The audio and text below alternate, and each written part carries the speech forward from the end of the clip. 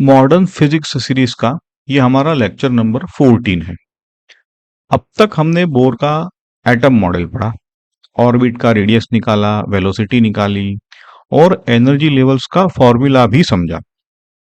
आज हम उस नॉलेज को अगले लेवल पर ले जाएंगे। आज के लेक्चर में हम देखेंगे जब इलेक्ट्रॉन एक एनर्जी लेवल से दूसरे एनर्जी लेवल पे जंप करता है तो कौन सी लाइट एमिट करता है, क्यों, उसका वेवलेंथ क्या होगा, है ना। ऐसे फिर हम बात करेंगे हाइड्रोजन लाइक एटम की, जैसे He+, है ना, लिथियम 2+, ऐसे। और एक बहुत इंटरेस्टिंग चीज होगी, हाइपोथेटिकल एटम, मतलब जहां कूलम फोर्स की जगह कोई और पोटेंशियल काम कर रहा होता है। तो आप, अब उम्मीद है कि आप रिलैक्स हो जाए, नोटबुक, पेन वगैरह रेडी रखें, क्योंकि ये लेक्चर जेईई और बोर्ड्स दोनों के लिए समझ लो कि एक गोल्ड माइन है। तो चलो ध्यान से अभी इसको देखते हैं। अब पेशेंस के साथ बने रहिए आप। ओके, तो छोटा सा रोड मैप दे देता हूं हर बार की तरह, ताकि पता रहे हम जा कहाँ रहे हैं।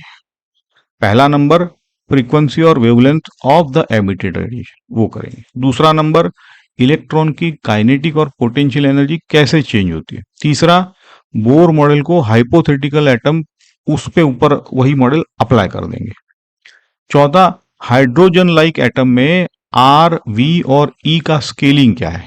पांचवा, आयोनाइजेशन एनर्जी और पोटेंशियल। छठा, एक्साइटेशन एनर्जी और पोटेंशियल। और सातवां, बाइंडिंग, है ना।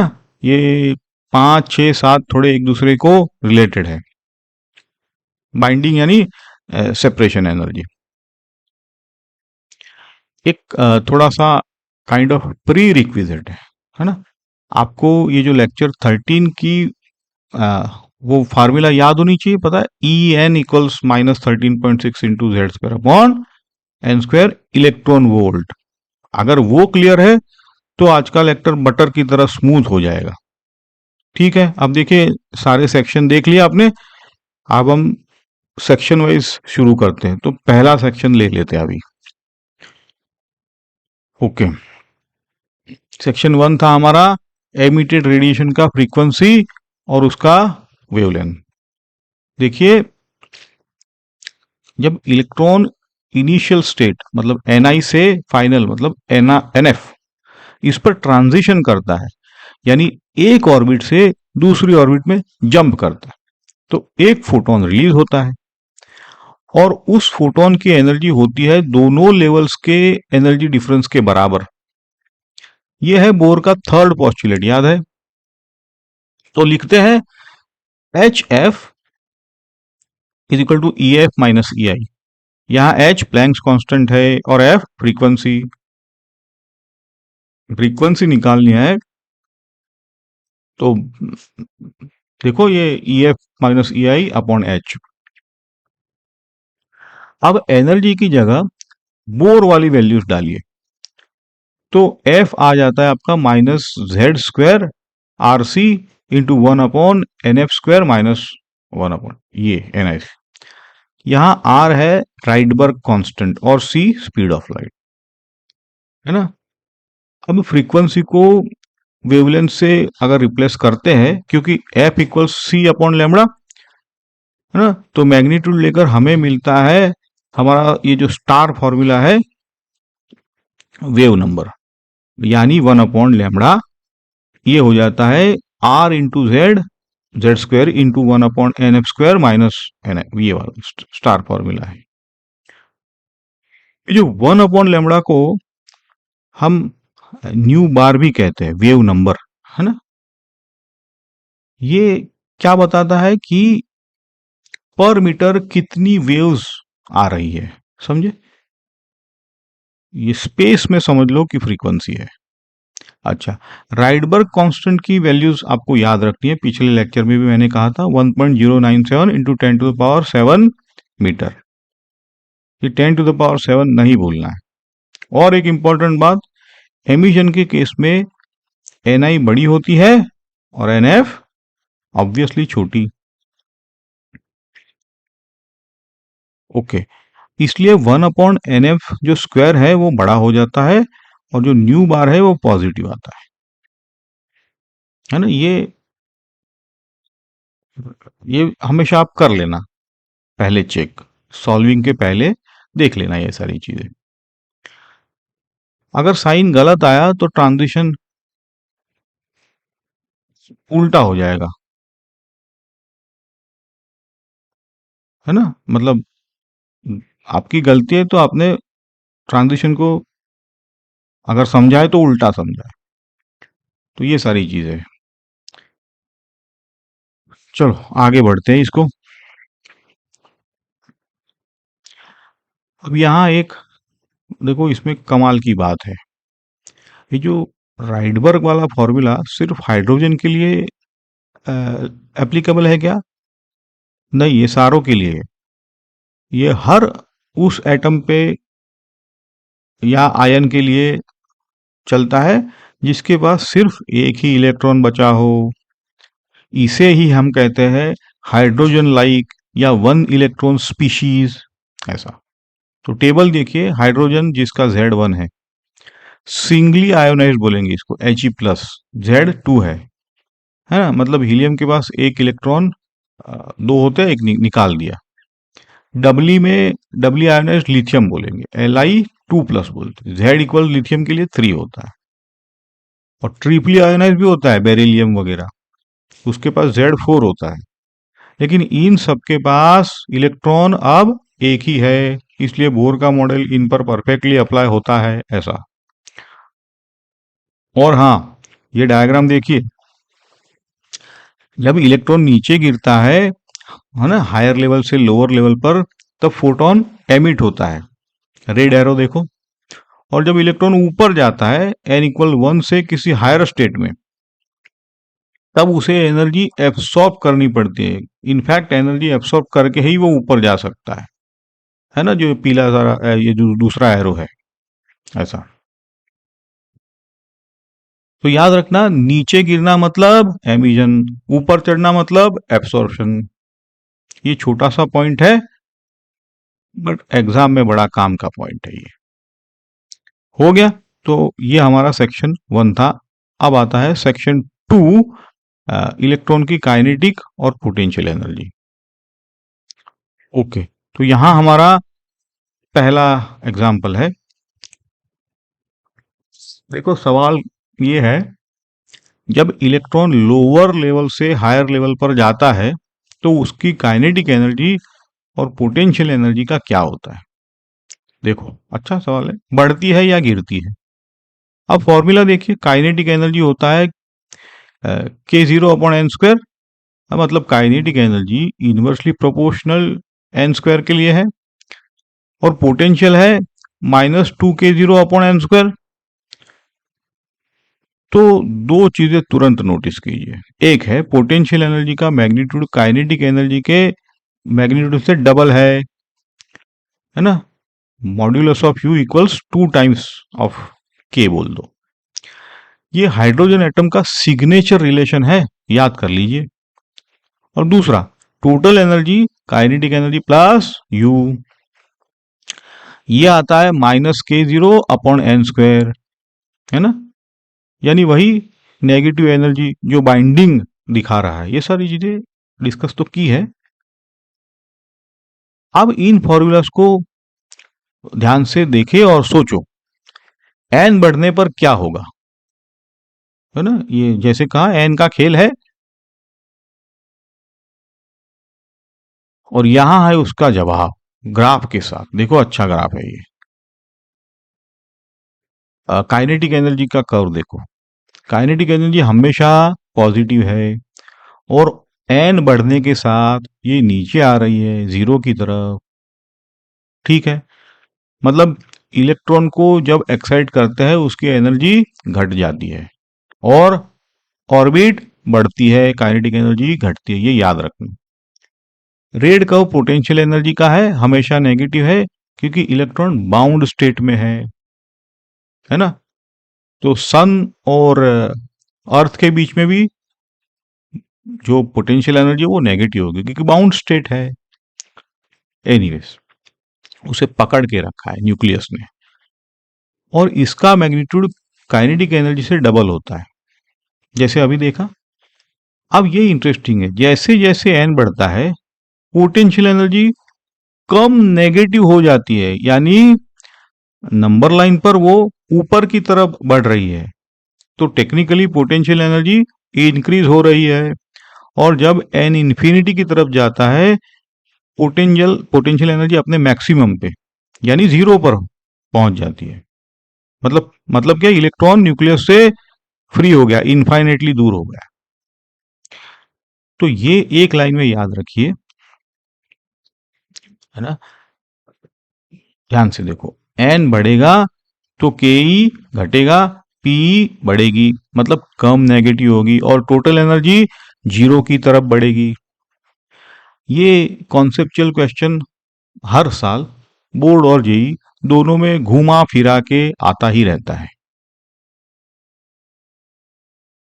ठीक है, अच्छा। अब मेरा फेवरेट पार्ट है सेक्शन 3, बोर मॉडल पर मतलब ये हाइपोथेटिकल एटम्स। ठीक है, तो दोस्तों बोर का मॉडल दो पोस्टुलेट पर टिका है। नॉर्मल एटम में कूलम फोर्स यानी इलेक्ट्रोस्टैटिक अट्रैक्शन, है ना। तो इलेक्ट्रॉन को सर्कल में घुमाने के लिए सेंट्रीपिटल कौन सा फोर्स था? Coulomb force. वही सेंट्रीपिटल फोर्स प्रोवाइड करता है, तभी तो इलेक्ट्रॉन, है ना।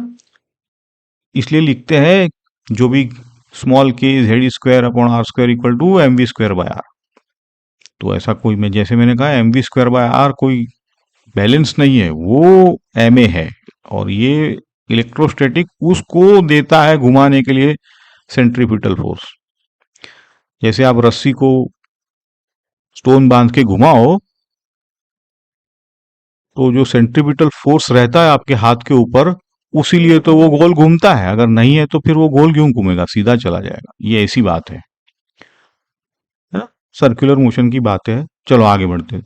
दूसरा पॉस्टुलेट, एंगुलर मोमेंटम क्वांटाइज्ड है, M we are equal to N H upon two pi. अब यहाँ ट्विस्ट आता है। मान लीजिए इलेक्ट्रॉन किसी नॉर्मल कूलम फोर्स पे नहीं लग रहा है, हो सकता है भाई, अब हाइपोथेटिक, बल्कि कोई और अलग पोटेंशियल, मतलब उसको हम लिखेंगे U equal to f of r, है ना, ये इससे घूम रहा है। तो ये ऐसा हाइपोथेटिकल एटम है। तो सवाल ये है, क्या बोर मॉडल फिर भी चलेगा? समझे आप? तो जवाब है हाँ, लेकिन एक छोटी सी चेंज के साथ। देखिए सेकंड पोस्टुलेट एंगुलर मोमेंटम वाला, वो बिल्कुल सेम रहेगा, क्योंकि वो तो क्वांटाइजेशन की बात है, फोर्स की है ही नहीं उसमें। सिर्फ फर्स्ट पॉस्टुलेट है वो बदलेगा, क्योंकि अब सेंट्रल फोर्स कॉलम से नहीं आ रहा है, अब फोर्स आएगा पोटेंशियल से, है ना। तो ये लिखना पड़ेगा। आपको पता है ये कहां से आ रहा है? वर्क एनर्जी से। एफ का डेफिनेशन ही है mod of d U by D r, और कंजर्वेटिव के लिए वो minus d U by D r लिखा जाता है। तो force is nothing but rate of change of potential energy with respect to distance. ऐसा यहाँ रेडियस है, बस एक आइडिया पकड़ लीजिए, और आप किसी भी हाइपोथेटिकल एटम को आप, है ना, ये जो बताया इसको आप समझे, तो कोई भी एटम हो आप उसको क्रैक कर सकते हैं। चलो, तो रेसिपी क्या है? दो स्टेप्स है। पहला है स्टेबल ऑर्बिट के लिए जो सेंट्रल फोर्स पोटेंशियल से मिल रहा है उसे सेंट्रीपिटल रिक्वायरमेंट के बराबर रखो, है ना। Mod of d by D r जो है वो m v n square upon r n. Diagram देखो, न्यूक्लियस सेंटर में, इलेक्ट्रॉन ऑर्बिट पर, रेड एरो अंदर की तरफ और blue arrow tangential velocity. Force अंदर खींचता है, वेलोसिटी सर्कल में घुमा रहा है। दूसरा स्टेप है बोर का क्वांटाइजेशन। वही पुराना m we r is equal to N H upon 2 pi. बस इन दोनों इक्वेशन को सॉल्व करो, है ना, और आपको मिल जाएगा आर एन वी एन और फिर से angular velocity, time period, current, magnetic moment और सबसे इंपॉर्टेंट है एनर्जी लेवल्स। एग्जैक्टली वही स्टेप्स जो हम नॉर्मल हाइड्रोजन के लिए करते हैं, जो मैंने कहा था कि एक बार कर लेना डेरिवेशन और याद रख लेना कैसे हमने स्टेप 1 स्टेप 2 लिया था। हाइपोथेटिकल में सिर्फ फोर्स का एक्सप्रेशन अलग है बस। चलो तो अब क्या करते हैं कि इससे एक कॉन्क्रीट एग्जाम्पल लेके समझते हैं। ये हमारा दूसरा एग्जाम्पल है, बहुत क्लासिक जेई टाइप प्रॉब्लम है। दिया क्या है, इलेक्ट्रॉन और प्रोटॉन के बीच पोटेंशियल एनर्जी है लॉग आर, है ना, देखो के लॉग, के कोई कांस्टेंट है, निकालना है इस हाइपोथेटिकल एटम के nth ऑर्बिट का रेडियस और एनर्जी लेवल। बहुत ही टिपिकल। पहले फोर्स निकाल लो D U by D R करके, है ना, तो फोर्स आता है आपका माइनस के अपॉन आर। बस डिफरेंशिएशन है लॉग का, लॉग आर का। ओके, अब माइनस का मतलब फोर्स अंदर की तरफ है, एट्रैक्टिव है ना।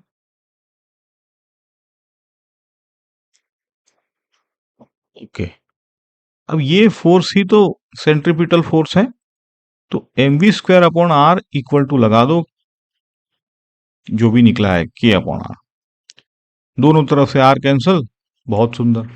तो बचता है M v square equal to ये जो है स्मॉल के, तो एम वी आपका आ गया अंडर रूट ऑफ एम के। इसे इक्वेशन 1 बोल देते हैं।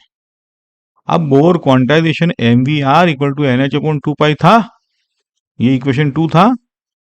अब 2 को 1 से डिवाइड करो, या तो आपको दिख ही गया है, एम वी दिख गया है, 2 में एम वी है, तो एम वी ऊपर नीचे कैंसल, तो बचा आपका r equal to N H upon 2 pi under root m के।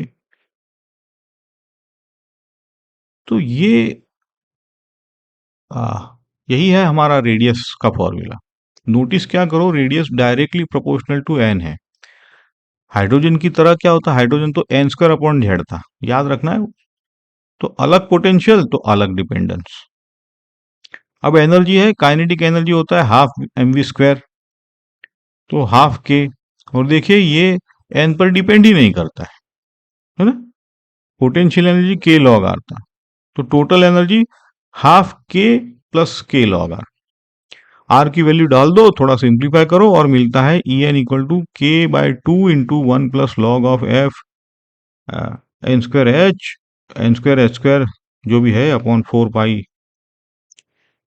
स्क्वायर एम के, ऐसे ऐसा आ रहा है। बस हो गया, मेथड तो बोर वाली है, बस ये नए एटम पे लगाई है। ये थोड़ा सा प्रैक्टिस कर लीजिएगा, जेई एडवांस में इसी में से क्वेश्चन पूछते हैं एडवांस में। बस करना क्या है देखो आपको, है ना, फोर्स निकाल लिया, उसे m v square by r से रिलेट करना, और वही यही तो हमारा डेरिवेशन का स्टेप थे सारे। चलिए आगे बढ़ते हैं, ये सेक्शन 4 है। हाइड्रोजन लाइन एटम्स में आर वी और ई का स्केलिंग देखते हैं, है ना। अब हाइड्रोजन के रिजल्ट्स को 1 इलेक्ट्रॉन एटम पर, हाँ, इसको ले जाना बहुत आसान है। सिंपल ट्रिक देखो, बस हर जगह पे ई स्क्वायर को जेड स्क्वायर से रिप्लेस कर दो, ऐसा है, क्योंकि न्यूक्लियस का चार्ज अब तो जेड ही है, ठीक है ना। इससे 3 इंपॉर्टेंट रिजल्ट्स आ जाएंगे, देखो रेडियस आर एन, तो A naught into N square upon Z, यहाँ R proportional to N square upon Z. A naught तो हमें याद ही है 0.529 एंगस्ट्रॉम होता है, ये हाइड्रोजन का पहला ऑर्बिट है।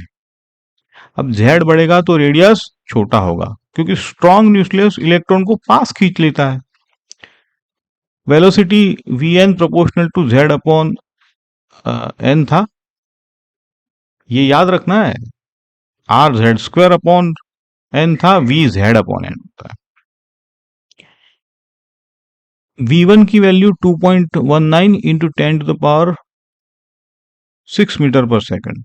जेड बढ़ा तो इलेक्ट्रॉन तेज घूमेगा, है ना। और सबसे इंपॉर्टेंट है एनर्जी, ये प्रोपोर्शनल है Z square upon N square.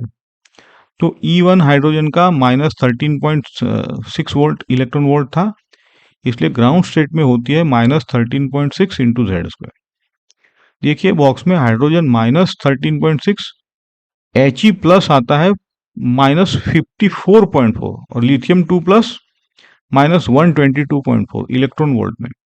Notice ये करो कि जेड स्क्वायर की वजह से He प्लस की एनर्जी हाइड्रोजन से 4 गुना डीप है ना। ये स्केलिंग काइंड ऑफ रट ही लेना आप, पर आपने अंडरस्टैंड भी किया है। नंबर तो आपको याद जितने रहेंगे उतना आपको एग्जाम में अच्छा है।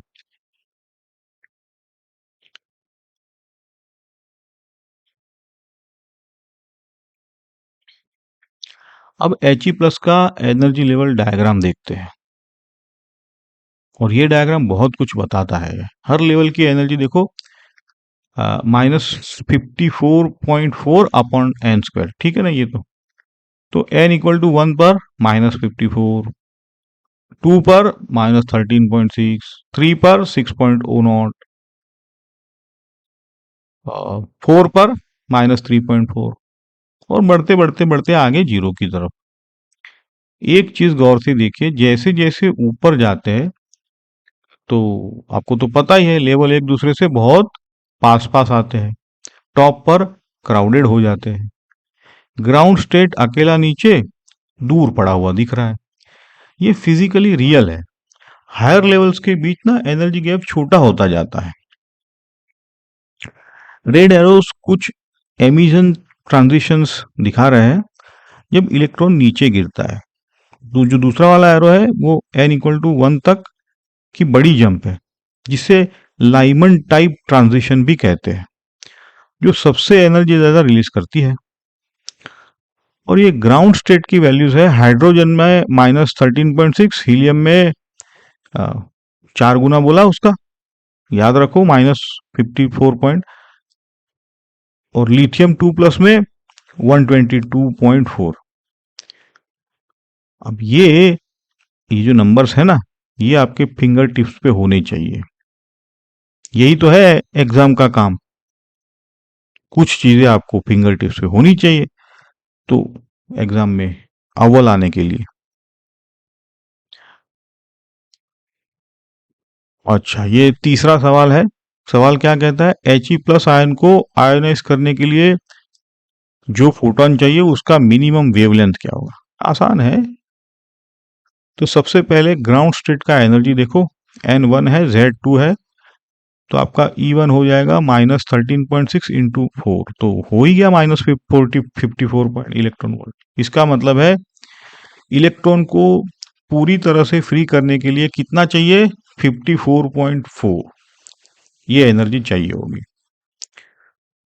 आप यहां लॉजिक समझिए, मिनिमम वेवलेंथ का मतलब है maximum energy of the photon, ऐसा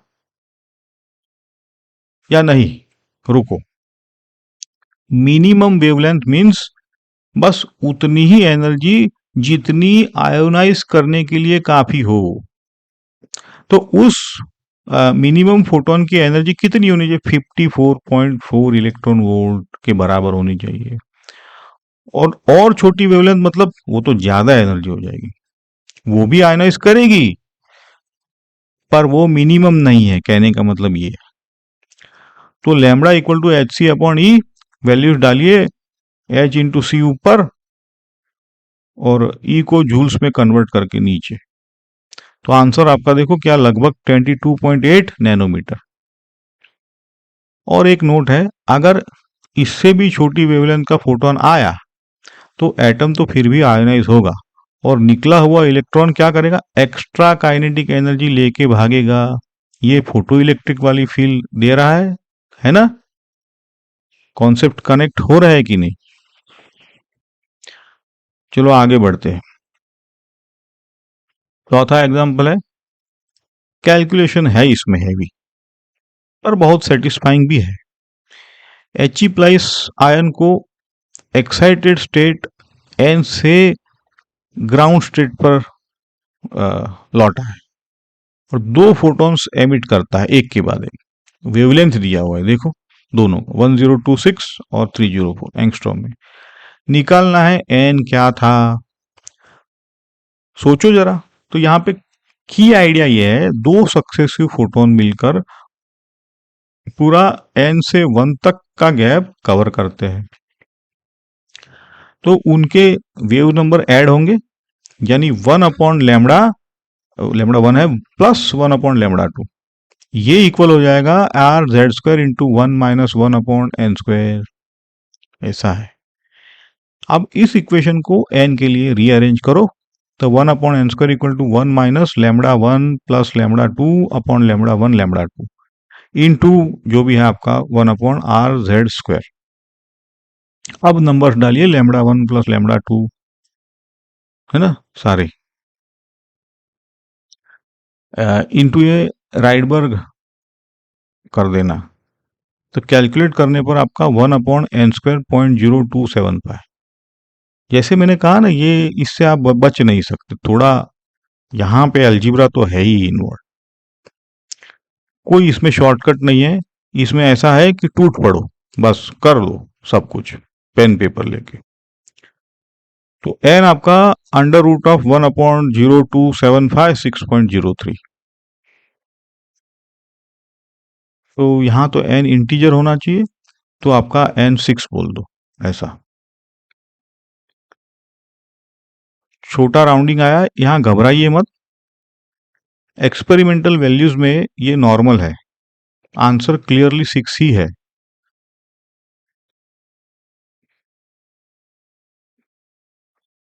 अब आता है लेक्चर का स्टार प्रॉब्लम, पांचवा प्रॉब्लम। ये जेई लेवल मल्टीपल पार्ट या एडवांस में भी आता है, तो ध्यान से सुनिए। दिया है एक gas off hydrogen like atom 68 electron volt absorb करता है, उसके बाद वो सिर्फ 3 डिफरेंट वेवलेंथ एमिट करता है, और सभी एमिटेड वेवलेंथ एब्सॉर्ब वेवलेंथ से छोटी या बराबर है। 4 चीजें पूछी है, इनिशियल स्टेट, गैस की आइडेंटिटी, मिनिमम वेवलेंथ और आयोनाइजेशन। स्टेप बाय स्टेप जाते हैं, है ना? ऐसा है तो प्रॉब्लम को ऐसा 2 बार पढ़ना पड़ता है, फिर एक एक करके सोचना पड़ता है। तो पार्ट ए देखो, स्टेट्स के लिए 3 एमिजन लाइंस का मतलब है 3 डाउनवर्ड ट्रांजिशंस एमिजन हो रहा है, और 3 लाइंस बनने के लिए इलेक्ट्रॉन को n इक्वल टू 3 तक पहुंचना होगा, है कि नहीं? अब एब्सॉर्ब वेवलेंथ सबसे बड़ी है, मतलब एब्सॉर्ब फोटोन की एनर्जी सबसे कम है, तो एब्सॉर्प्शन n इक्वल टू 1 से, इसे नहीं, लेकिन फर्स्ट एक्साइटेड स्टेट है, तो n इक्वल टू 2 से n इक्वल टू 3 हुआ, समझे? ऐसा फर्स्ट एक्साइटेड स्टेट है। ऐसा डायग्राम देखिए, जो एरो है एब्सॉर्प्शन का, n इक्वल टू 2 से n, और फिर 3 एमिशन एरो, 3 से 2, 3 से 1 और 2 से 1, 3 लाइंस हो गई, परफेक्ट है ना? फॉर्मूला भी इसका देखेंगे, पर ये तो थोड़ा थोड़ा समझो। फिर पार्ट बी में कौन सी गैस है, तो एब्सॉर्ब्ड एनर्जी फॉर्मूला लगाओ, 13.6 जेड स्क्वायर इंटू 1/4 माइनस 1/9, है ना? एन आई स्क्वायर दिया है, तो 68 आ रहा है। तो ब्रैकेट की वैल्यू 5/36, तो 13.6 into Z square into 5/36 68। Solve करो जेड स्क्वायर के लिए, तो यहाँ जेड आपका 6 दिख रहा है, तो जेड 6 मतलब कार्बन का न्यूक्लियस। हाइड्रोजन लाइक, ये तो कार्बन आयन हो गया। बहुत खूब, कहाँ जा रहे हैं देखो,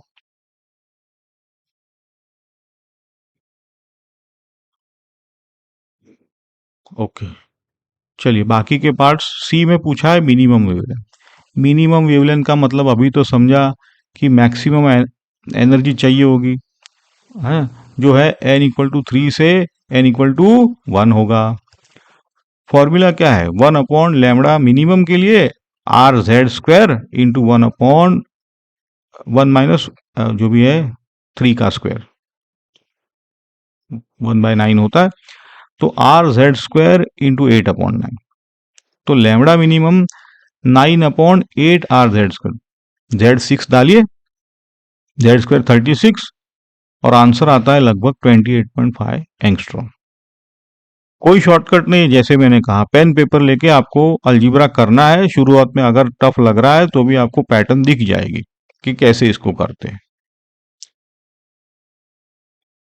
पार्ट डी है आयोनाइजेशन एनर्जी। ग्राउंड स्टेट से एन इक्वल टू मतलब 1 से E equal to 13.6 into Z square, तो ये 13.6 इंटू 36, 489.6 इलेक्ट्रॉन वोल्ट। बहुत बड़ी आयोनाइजेशन एनर्जी है क्योंकि जेड ही तो बड़ा है, न्यूक्लियस स्ट्रांगली पकड़ता है, और उसकी वेवलेंथ 1/r/z² जो आती है लगभग 5.3 एंगस्ट्रॉम, है ना। प्रो टिप देता हूं यहाँ पे, जैसे मैंने कहा था बॉक्स में लिखा है, लेवल एन से ग्राउंड तक जितनी स्पेक्ट्रल लाइन बनती है वो होती है n इंटू एन माइनस 1/2। यही फॉर्मूला है, इसी से देखो n डालोगे तो जितनी भी स्पेक्ट्रल अपने आप निकले। यहाँ n 3 था तो 3 इंटू 2/2 3 लाइन्स आई थी कि नहीं। इससे आप सेकंड्स में लाइंस काउंट कर सकते हो, है ना। फॉर्मूला तो है ही गोल्ड, लेकिन कैसे हमने किया पहले वो भी तो एक बार कर लो, एक बार फिर आप ये फॉर्मूला लगा सकते हो। चलो ये आखिरी सेक्शन है, आयोनाइजेशन, एक्साइटेशन और बाइंडिंग एनर्जी। इन तीनों टर्म्स को लोग कंफ्यूज करते रहते हैं, आज इसको क्लियर कर देंगे। आयोनाइजेशन एनर्जी डेफिनेशन देखो, इलेक्ट्रॉन को स्टेट एन से कहां ले जाना है? एन इक्वल टू इन्फिनिटी तक ले जाने के लिए जो मिनिमम एनर्जी चाहिए ताकि वो एटम पूरी तरह से फ्री हो जाए। जीरो एनर्जी का मतलब है इनफाइनाइट सेपरेशन।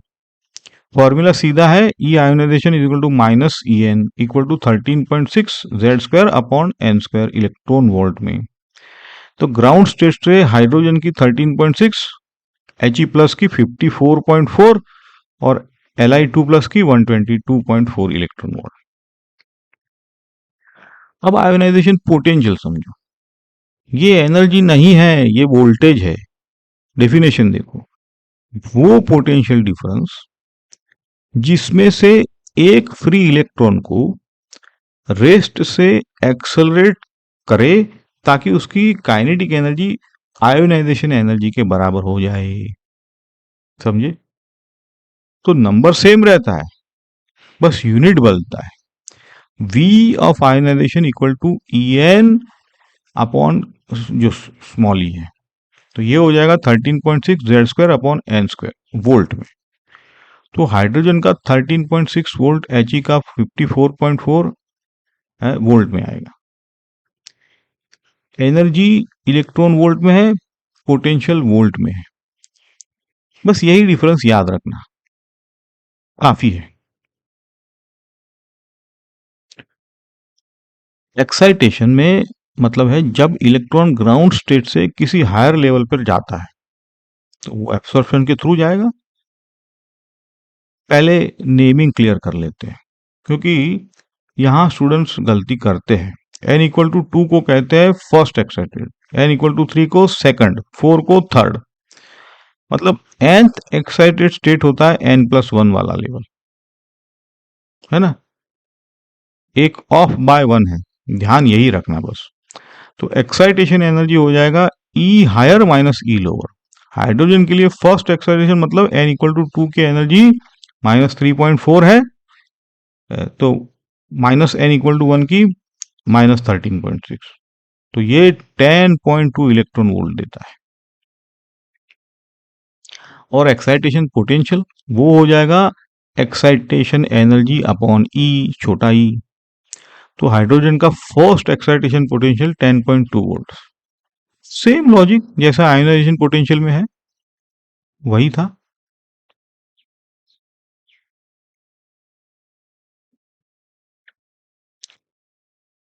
अब सबको एक एनर्जी लेडर में जोड़ देते हैं।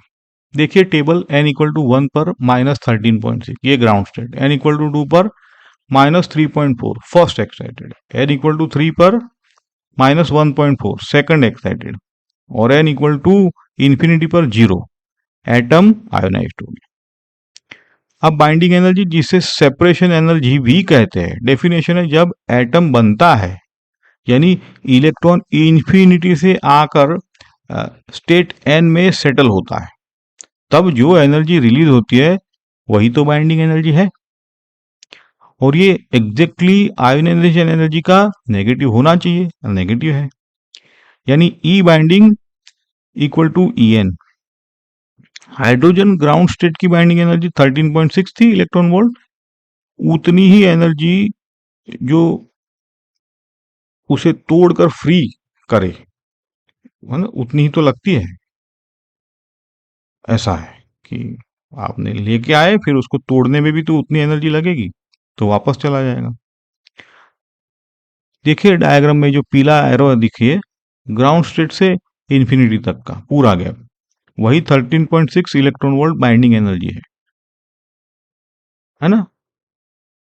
बनाने में रिलीज, तोड़ने में एब्सॉर्ब। समझे कि नहीं? रिलीज ये समझ लो आप, क्योंकि बनाने में 0 से माइनस आया तो माइनस मतलब एनर्जी रिलीज हो गई, तभी तो। अगर तोड़ना है तो उतनी एनर्जी दो तो वो 0 पे आएगा वापस। बस मैग्नीट्यूड दोनों तरफ सेम है। रिलीज का मतलब समझ लो, पॉज करके एक बार, कि 0 पे था इलेक्ट्रॉन, उस स्टेट में आने के लिए उन्होंने वो उतनी एनर्जी गंवाई है, रिलीज की है, तभी तो माइनस पे आए वो। चलिए अब आज का निचोड़ देखो, ये एक ही स्लाइड में पूरा स्पेक्ट्रल लाइंस NU बार जो है Z square R into 1/NF² minus NI²। Bore scaling के लिए R प्रोपोर्शनल है N² Z, V प्रोपोर्शनल है Z, E प्रोपोर्शनल है Z² इसको आप याद भी रख सकते हो, कोई बड़ी बात नहीं है, थोड़ा सा ध्यान दोगे तो, और ये याद रखना जरूरी है। अब एनर्जी होती है -13.6 Z²/N², और याद रखना कि मोड ऑफ यू होता है 2k, मोड ऑफ यू है, क्योंकि यू तो नेगेटिव होता है। अच्छा, ionization energy 13.6 Z²/N², excitation energy higher minus lower, binding energy En equal to minus of ionization energy. समझे कि नहीं? अभी तो डिस्कस किया था। और दो अच्छे पॉइंट्स याद रखो, एक है एन बढ़ेगा तो के ई घटेगी, पीई बढ़ेगी, नेगेटिव में कम होगी, टोटल एनर्जी 0 की तरफ। दूसरा है लेवल एन से लाइन की संख्या है n इंटू n-1/2 है। यही सारे फॉर्मूलाज है, रिवीजन के टाइम ये एक ही स्लाइड आपको बहुत काम आएगी। चलिए तो यहीं पर ये लेक्चर 14 कंप्लीट करते हैं। हमने एमिशन स्पेक्ट्रा समझा है, हाइड्रोजन लाइट एटम्स का स्केलिंग भी देखा है, हाइपोथेटिकल एटम क्रैक किए, और आयोनाइजेशन, एक्साइटेशन और बाइंडिंग एनर्जी, इनको एक साथ जोड़ दिया। एक बार देखोगे तो कंफ्यूज नहीं होगे। अगर कॉन्सेप्ट क्लियर हुआ हो आपका, कुछ डाउट हो तो कमेंट में लिखिए, अच्छा लगा हो तो लाइक कीजिए और सब्सक्राइब भी कर लीजिए। अगली लेक्चर में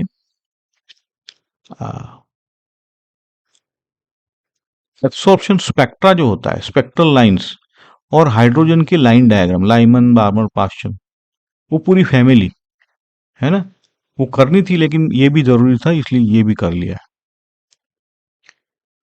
आपको जो ये जेई लेवल का जो 5वां एग्जाम्पल था, वो आसान लगा या ट्रिकी? तो ये आप मुझे ज़रूर बताना। ठीक है, तो चलिए, कीप लर्निंग, कीप प्रैक्टिसिंग। मिलते हैं अगले लेक्चर में। Thank you.